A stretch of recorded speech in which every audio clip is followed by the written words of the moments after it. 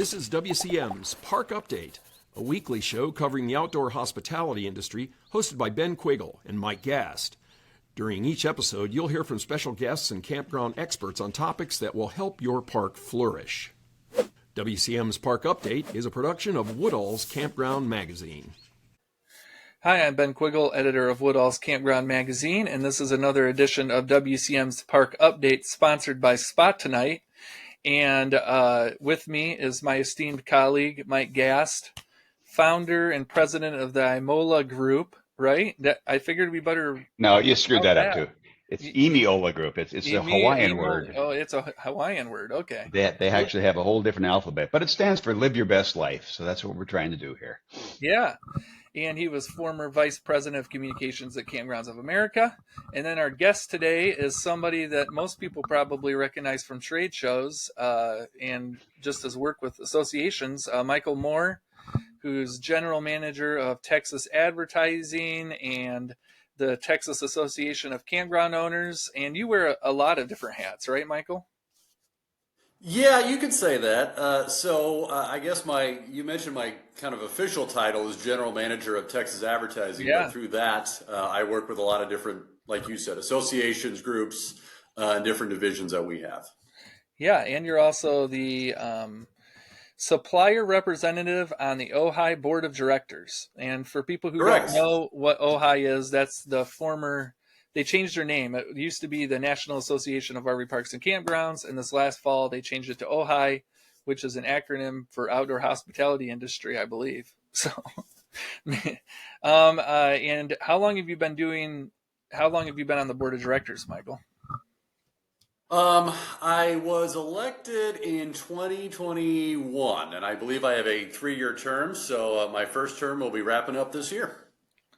Yeah, and that's great. And I think we brought you on today. We wanted to talk a little bit about the Texas Association, obviously, because that's where you live, and you guys have a show coming up. I guess when is your show?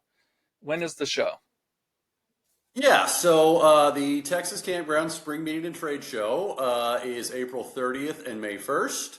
It will have almost 250 attendees that represent almost 150 campgrounds and businesses. We're going to have close to actually 90 exhibitors this year, which Wow. would be a record for us. So we're pretty excited about that. And yeah, it should be a good time, a lot of content for folks.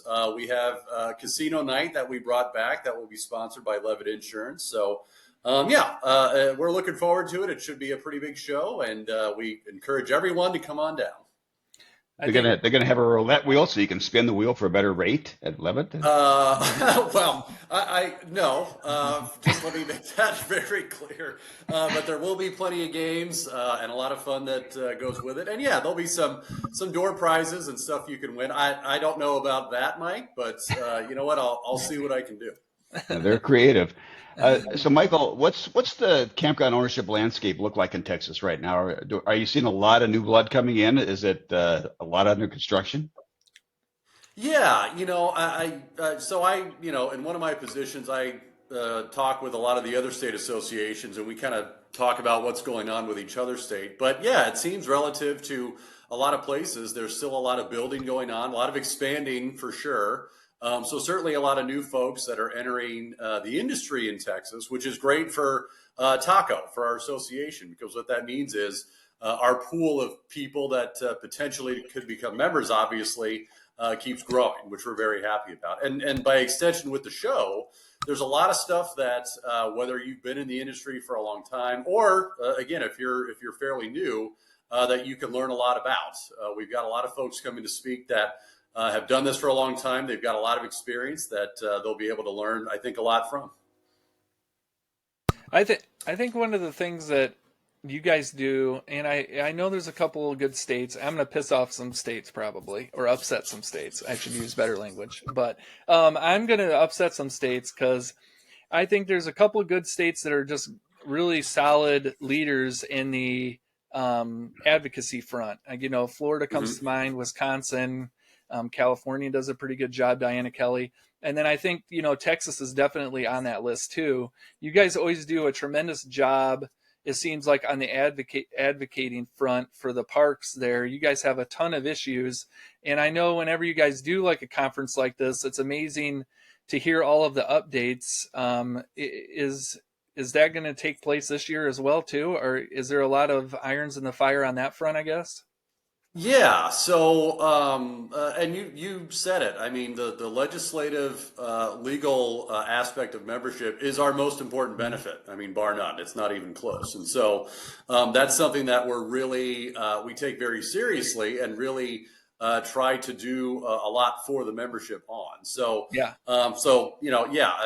every year, every spring meeting, we have a legislative sort of recap where we fill in the members and the attendees on what's happening in the states with the legislature. Now, we are fortunate in Texas that our legislature only meets every other year, not every year. And so, that means, for example, in 2024, the legislature is not in session. However, there is still a lot going on that we can do on that front, whether it's meeting with state agencies, with, certain bureaucracies out there that obviously are not taking the year off. So, yeah, there's a lot that still happens even if we're not in session. And we take an opportunity every meeting to talk about that. But yeah, there's still going to be issues every year, whether they're in session or not. So, Michael, how would you rate the knowledge base of the folks you work with at the state level? I know during the COVID crisis and when everything was shut down, and it was very difficult to work with those state governments, governors' offices, and the like, because they just didn't understand what camping really was and what the services provided were and how essential it was. And has that changed? Are we better set up the next time something like that occurs? Yeah, I would say in general we are. I mean, I can tell you that in Texas we were one of what I'll call the lucky states that I think we're not extending those kind of measures and going pretty far with them. I mean, we went as far enough, but certainly not compared to some other states that were closed and were enacting those things for much longer. So, but in general, I think whether you're north, south, east, or west, I like to think that those agencies and those people making those decisions have learned from the last time that certainly with camping inherently being an outdoor safe distance activity, that it's not nearly as dramatic as it would be, God forbid, next time something like that happens. I think the biannual legislative thing is kind of interesting. Here in Michigan, we have a full time, so they're constantly doing things. How does that impact the legislation and the work you do with the park owners? Because I know last year, I believe there were some issues that you guys just didn't see movement on, or you didn't get the results you wanted. But then you have to wait 2 years, right, in order to be able to tackle that again? Yeah, so we got passed a piece of legislation, a campground liability bill, which a lot of other states have gotten passed as well in their state legislatures, which essentially says that, look, campgrounds are not responsible for people doing dumb things at their campground, right? Yeah. That's the kind of Reader's Digest version. And people, but even and I guess people do lots of dumb things. So, shockingly, yes, they still do. But that's an example where we had introduced that the previous session, and there wasn't necessarily opposition to it. It wasn't really controversial, but it just was one of those things that got sort of tied up with bureaucracy and sort of the wheels turning too slowly, and it didn't get passed. So we brought it back and this time, had our votes in order and there you go. But to your point, yeah, that's an example of if you have a piece of legislation that you're not able to move quickly on, it could have to wait until the next session. But we have a very good legislative consultant, Ron Hinkle, who you probably see in the press releases all the time. Yeah. He's very good at what he does and moving those things along and making sure that they're on schedule to get where they need to be so that we can get them enacted. So is Texas, would you deem it a friendly state for campground development and expansion? Oh, absolutely. Again, we get calls all the time from people that are just starting to build or expanding, and they need some guidance on, the zoning requirements or state laws or what have you. I mean, don't get me wrong. There's still going to be local agencies and local governments that have their own thoughts and rules about what an RV park should do. And that's honestly a lot of what we do, especially in that kind of off year, is educating those agencies and those local governments on the laws that we got passed and making sure they're educated and know what the rules are. Because, you like to think that when you get a piece of legislation passed that, hey, everybody wakes up the next day and automatically knows it. You don't have to tell anyone about it and teach anyone about it. But that's not the case. I mean, a lot of it is still educating the people that, are sort of enforcing these rules, exactly what the rules are. I mean, we've had legislation passed on things like theft of service and evictions and things like that a decade ago that we're still having to call on local governments and sort of educate them on what those rules are, just because either nobody told them or they didn't, they weren't aware. And so a lot of what we do for the members is helping them assist their local governments to know what the rules are so that they can operate their business however they need to. Do you ever get calls from developers or investors that are interested in owning parks and they just have no clue like what this involves, I guess? Do you ever get calls from people like that and you kind of have to walk them through everything? All the time. Yeah. and that's where, we have an association, what we call our legal handbook, which, despite the name, yes, it has a lot of the rules and statutes that pertain to RV parks, but a lot of it has to do with building codes and zoning and stuff like that. And so that's also a big aspect of our membership is you're able to have access to this handbook. I mean, literally, it's a 3-inch binder thick piece that we mail out, or you can access it online as a TACO member, that you can look things like that up. And it's a very good starting point because we incorporate things as well that you'll need to know. Things, like NFPA 1194 and what you need to know from that, or things to do with ADA, obviously, that's a federal subject. So, yeah, no, we get those calls quite a bit, and we like to think that we're doing everything we can to give them the information they need so that they can not make the same mistakes that people have made before them, and hopefully save them some time and money in the process. Has COVID made it easier for you to sign up members for the association? Has it been easier to show the value of being a member, or were you guys just always able to do that, I guess? You mean, like, were we always so great that we didn't need COVID to sort of do that? No, I would say that, I mean, TACO was very strong before, but I would say it wasn't necessarily COVID, but certainly the bounce back from COVID, I think allowed us to be stronger, I guess, is what I would say. Meaning, I think the industry as a whole saw a big bounce post-COVID once everyone was kind of free and clear to travel about again. And so obviously that, meant the RV parks were doing very well. And I think a lot of people that were on the outside of the industry looking in thought, oh, maybe now's the time to get in. And so that prompted them to do so, which meant, hey, for us, that means more members to sign up and more campgrounds that we get to sign up. You've always been a strong person, Michael, so I didn't mean you were weak.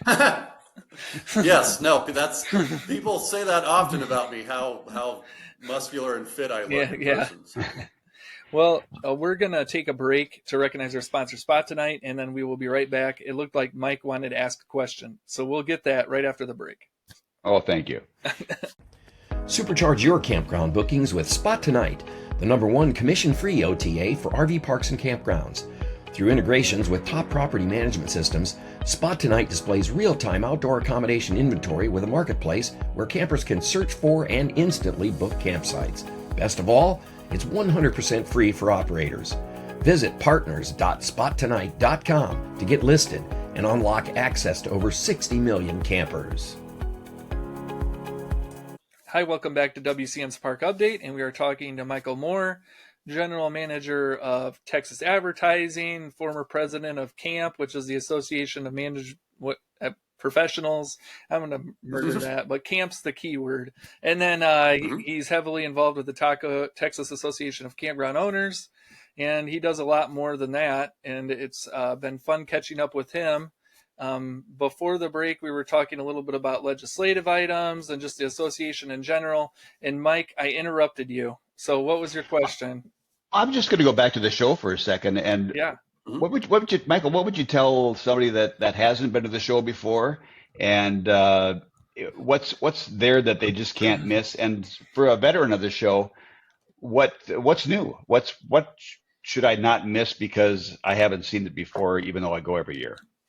Yeah, so I'll take that one first, I guess. So I would say for someone that has been to the show before, I mean, obviously getting updated on the legislative side of things, that's always new. That's always fresh, and there's always something different from year to year on that. So that's very good. The speakers we have, have spoken before and are very knowledgeable about, I think, topics that are going to be important to those folks, whether you're expanding or looking to improve upon your park. But I would say the big thing this year, we're going to have, I mean, not just close to 90 exhibitors, but, 10 or so glamping and park model units for people to look at and people to visit and physically see. We're going to have them at the show. And so that's the thing I'm most excited about, or one of the things I'm most excited about, is just the amount of options that folks are going to have from vendors and from exhibitors, right on down to the glamping units. And then speaking of the glamping units, we have actually a roundtable on that for the first time, where we're going to have industry experts on stage and sort of talk about, what to look for and what to do as if you're going to go that route as far as putting glamping units in and stuff like that. And then if you're new, and I see it every year. I see people that have been there for the first time after the show. It's like a deer in the headlights almost, because it's so much content and so much information for them to take back with them that it takes a bit to process, quite honestly, which is good. I mean, look, more information is better. And so I would say the content, and it goes back to kind of something I say to folks about either joining an association or what have you, which is you can't necessarily Google how to run an RV park. And that's why people associations like Taco, like our show, that's why we're here, is to educate folks on how they can get into the business, operate their business, and succeed at it. Yeah. So what's the level of excitement and activity with e-vehicles, ERVs, charging stations? We love asking that question, but what's the level of excitement in Texas? I would say, I don't know that it's quite as high as other places. Let's say that. But I do know that there are plenty of parks and members that are looking at putting those types of charging stations in, for example, to make sure that they're able to accommodate those folks. We added an aspect to that to our Taco Guide, our magazine we publish every year, where we list every Taco member. We did add that as an amenity so that members can indicate if they have that or not. But yeah, I mean, I think it's a slow burn for that, at least in Texas. But you never know; it could very well pick up here pretty soon. How, down in Texas, and I know a lot of the other oil states, I guess you guys have a lot of workers, obviously, and for other things too. But, there's a lot of parks just on the WCM side we're noticing that are being kind of built to kind of house students or workers. Is that something that you think is going to continue to grow until housing comes around? Or do people just like living in RVs, I guess? Well, I can tell you that has always been an aspect of camping in Texas. Yeah. I mean, as long as I can remember. And you mentioned it with the oil fields and the oil workers, especially in the Houston area, West Texas. That's been a part of the camping sort of landscape for a long time. And they go through it. There's the ebbs and flows of workers coming in and workers coming out. Now, as far as students go and sort of this, housing, I guess the shortage of housing, let's call it, going on right now. I think a lot of people are looking to camping to sort of fill that void. And I don't think that once there is enough housing to go around, which I don't know if there ever will be, but once there is, I still think you'll get people that bought that RV and turned to camping that will stay in camping, quite honestly, because I think they discovered they enjoyed the lifestyle. They certainly liked the lower rents they were paying compared to other places and brick and mortar places. So, yeah, I think it's something that will stick around. I don't know that it will necessarily, keep everyone that turned to that, but certainly I think a few people will continue camping even after that. Are So you? that's a good segue into winter camping. Are the winter Texans down there right now in force? Are the Texas campgrounds able to handle the number we have? Yeah, I mean, we have our part of the state that primarily accommodates that. It's the valley, we call it the Rio Grande Valley on the border there. And yeah, there's several nice places, big places that accommodate that, and they're able to accommodate people from Canada, from northern states for a couple months. Usually starts they come down in November, spend the holidays, and then I'd say about end of February, March they start heading back north. And then before you know it, it's spring break here, and then the seasons kind of turn again. So again, we're fortunate as a state that we're truly open 12 months out of the year. There are no closing times here. It's certainly seasonal, but we're open year round. Uh, And from what we're reading, the snowbirds are getting younger. They're getting closer to your age, Yeah. Michael. And so, how's that changing the landscape, I guess, as to what some of these parks are looking at on the amenities front? Are you seeing parks kind of move amenities towards maybe the younger snowbirds, I guess? Yeah, a little bit. I mean, I think a lot of the amenities they offer now are still going to be wanted by that younger demographic. I mean, pickleball, as we all know, has taken off no matter what the age group is, and so things like that, I think are still going to stick around. Obviously, a strong Wi-Fi connection is going to be still important, but if anything, I think it might change a little bit of how people find these parks, and the marketing that's done with them. Not to say that the traditional ways of marketing need to go away, but certainly I think that folks will have to kind of diversify how they market to the people they want to come in, because like you said, they are getting younger. So it's not going to be as simple as taking one ad out somewhere or taking a billboard out and hoping that they find you. You're going to have to try a lot of different ways to attract people and for them to find you. And then hopefully that you've got a accommodating website and make it easy for them to book online. I know you're a big marketer. You've written a couple pieces for Woodall's on marketing. Obviously, you work with Texas Advertising. I guess what are campground owners doing enough to market their parks right now? Do you see park owners out there that are like, I'm full, so they're not doing anything, or like the bare minimum, I guess? Oh yeah, that will never go away. I think you'll always have those campground owners that think, hey, I'm good. I don't need to spend the money, so I'll just let it ride. And what we try to remind folks is that, hey, you're good right now, but that doesn't mean that you will be. And certainly COVID was an extreme example, but you certainly don't want to ever be caught without some kind of presence out there. And so, what we try to remind folks is that, look, especially in Texas, with a lot of these new operations coming in and new builds and parks that are being bought and improved upon, it's more important than ever to sort of distinguish yourself and tell folks why they should come to you, why you're different. What amenities do you have that your neighbor down the street doesn't have? Or Yeah. why should they, what did you just get done improving upon? Or what did you just get done adding? That's a constant thing that you always have to remind people what you're doing. Because as much as we like to think that, hey, 100% of the people that stay at my park are going to come back every single time, that's not reality. And so you always got to make sure that pipeline is full of people so that, hey, when inevitably you see a downturn of a point or two or five, that you've got people to call on that can fill it up just as easily. I think that's the biggest thing we try to tell folks is that, hey, you've got to remind people why you're different, and why they should stay with you. Don't just assume that they've stayed with me before and they'll come back. I mean, if there's a new park down the road that's nice and clean, they may go there. They may want to try it out, and then you've lost that customer. So to us anyway, it's a constant practice to kind of remind people why they should stay with you.